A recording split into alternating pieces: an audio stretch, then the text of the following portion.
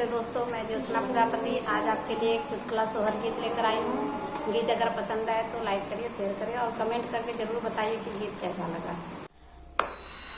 एक हम गोर बाटी, दूसरे चटकोर बाटी, तीसरे चंदा सूरज बाटी, चौथे पलंग पे बैठी बानी हो। हे बहनी पचाए में बेटवा हुआ, पलंगिया से ना उतर बहो। हे बहनी पचाए में बेटवा हुआ, पलंगिया से ना उतर बहो।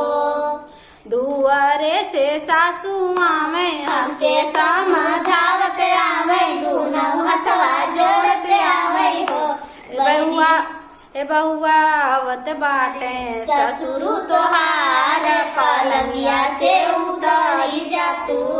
बहुआ आवत बाटे ससुर तोहार, पलंगिया से उतरी जातू हो। एक हम गोर बाटी, दूसरे चटकोर बानी, तीसरे चंदा सूरज बानी, चौथे पलंग पे बैठी बानी हो।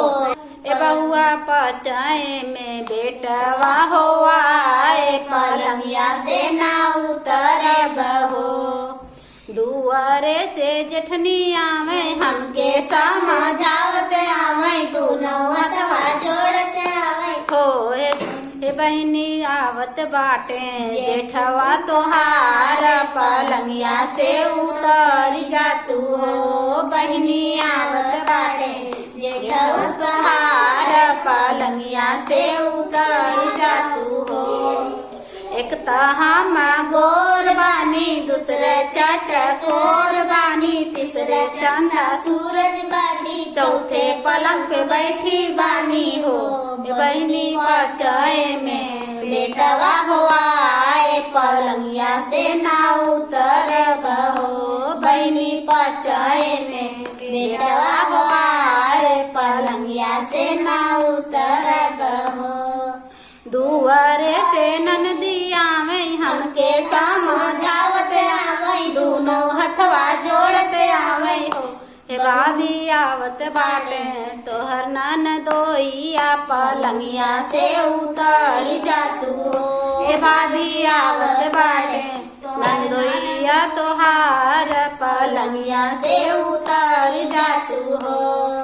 एक हम गोर बाटी, दूसरा चटकोर बाटी, तीसरा चंदा सूरज बाटी, चौथा पलंग पे बैठी बानी हो। बहनी पचाए में बेटवा हुआ, पलंगिया से ना उतर बहो। ननदो पचाए में बेटवा हुआ, पलंगिया से ना